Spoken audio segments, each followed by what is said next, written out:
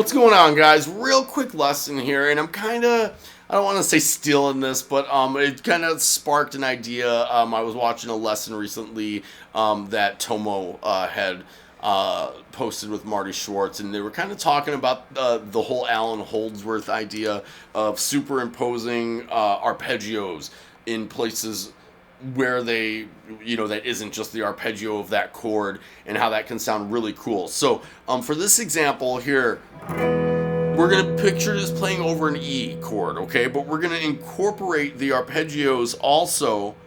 We're going to go down to D, so we're going to incorporate the D major arpeggio as well to give it that mixo vibe. And then let's throw in the A major arpeggio as well, okay? And now the important thing to notice about that is you're not really changing up a whole lot there, right? So you're, like, for instance here, you have your E major, and here's your A major, right? So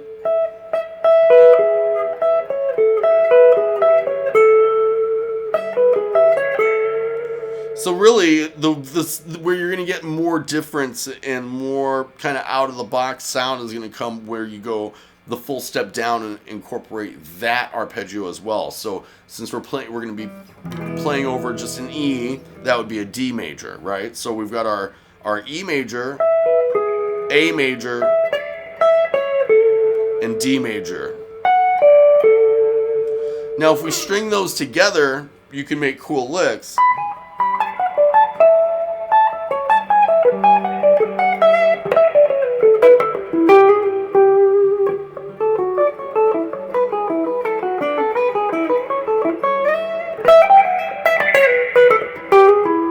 So let's kind of just start, let's start high up and work our way down, right? So let's start here, and we're going to do a D major arpeggio here. We're going to go we're all the way up at 17 on our high E, 19 on your B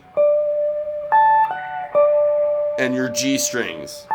And you're repeating the note on the highest string on every one. I'm not going to repeat that. You guys can hear that. And then, so that would be here. That would be a D major arpeggio. Then let's move down here to an E major arpeggio.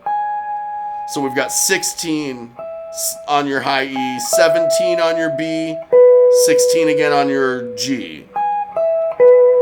Now you can move that whole shape down 2 frets to get that D major arpeggio there. And now you're back home. So you've got 12 on both your high E and your B, 13 on your G. And then now here you also have an A major arpeggio right in here. So you've got 12 on your high E, 14 on your B and your G. Go down a full step with this shape, because you've got your D major arpeggio right here. 10 on both your high E and your B, 11 on your G. And then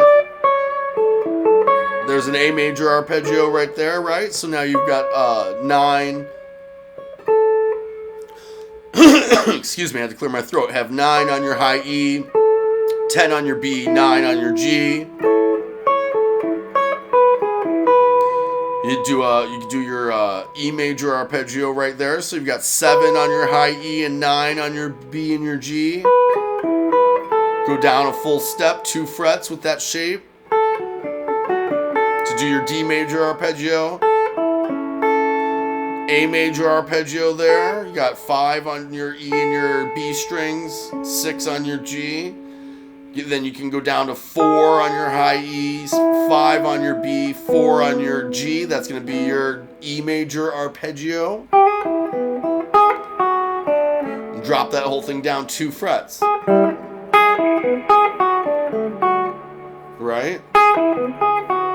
2 on your high E, 3 on your G, 2 on your G. I'm sorry. 2 on your high E, 3 on your B, 2 on your G. Okay, so you can kind of hear that as I was going through that, how you can come up with different licks. You don't have to do it in any particular order. Just, I mean, use any of these here to kind of just...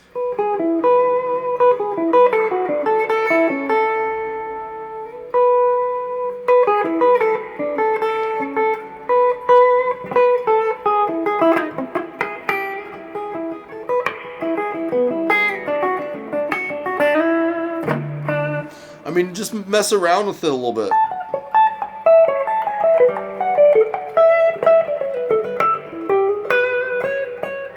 And you can go up as well.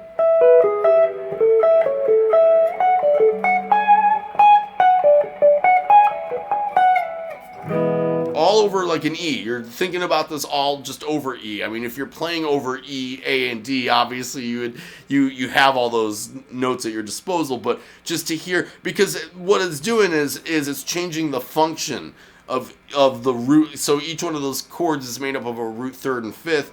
If you're just playing that over E, sure, that'll be your root third and fifth. But now. So now you've got the second, right? You've got this, which is in your D was your, oh God, I'm really gonna mess myself up. So that was your third in your D, and now that's gonna be your like 9 or 11, whatever. You guys get what I'm saying. It's gonna function. Sorry, I'm just not. Trying to think on the spot here, but you get what I'm saying. Each one of these notes here that's in a D major arpeggio. So now, like this note, which would be your D, so that's your root of a D major. But if you're playing it in E, that's your flat 7. See, there we go. I can think on the fly a little bit. But my point is that if you're playing that over a D, that's your root. But if you're playing that over an E, that's your flat 7. So it sounds cool to kind of weave in and out of those. Well,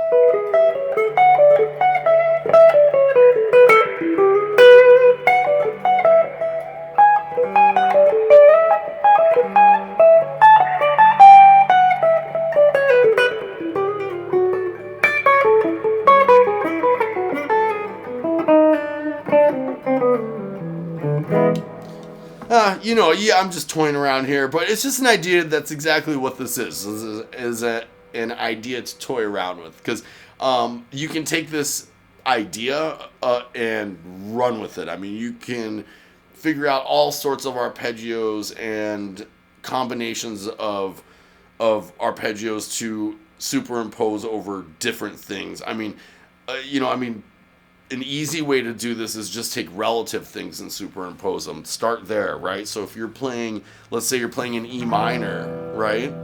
Playing over an E minor, take your G major is relative, right? Your G major is going to be relative in that key. You also know your C major is going to be relative in that key, right? So if you're playing over an E minor, you can have those at your disposal, just outside of your normal E minor, like